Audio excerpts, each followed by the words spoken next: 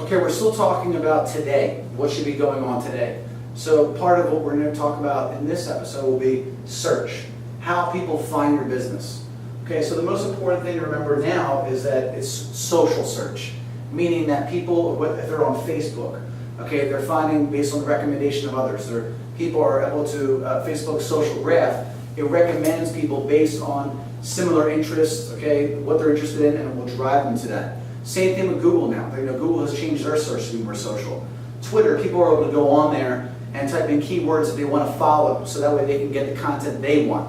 Which brings us to nowadays, the consumer, okay, is able to decide, okay, what they want to look for, okay, with keywords, Twitter, Facebook, they're directed more towards what they're looking for, which is a lot different than it was in years past.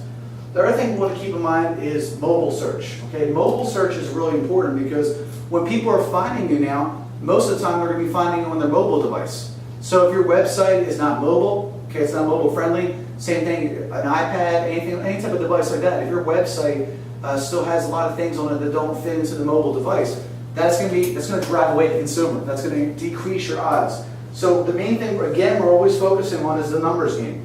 So if we're talking about social search, the key to that is content production. The more content, blogs, tweets, okay, posts, okay, everything like that, that's going to increase our chances of being found. Okay, so that's really important. So the numbers game with that is number one, social. Remember that consumers can decide on the content that they want. They can subscribe to Google Alerts. They can follow blogs based on what they're looking for, which is a lot different than before. All right, and then the final stage that you want to keep in mind is measuring.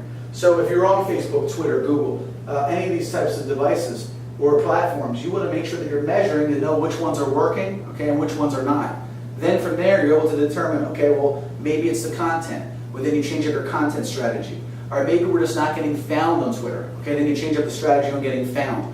It's really simple, but you want to make sure that you're doing this to make sure your business becomes social in the next year.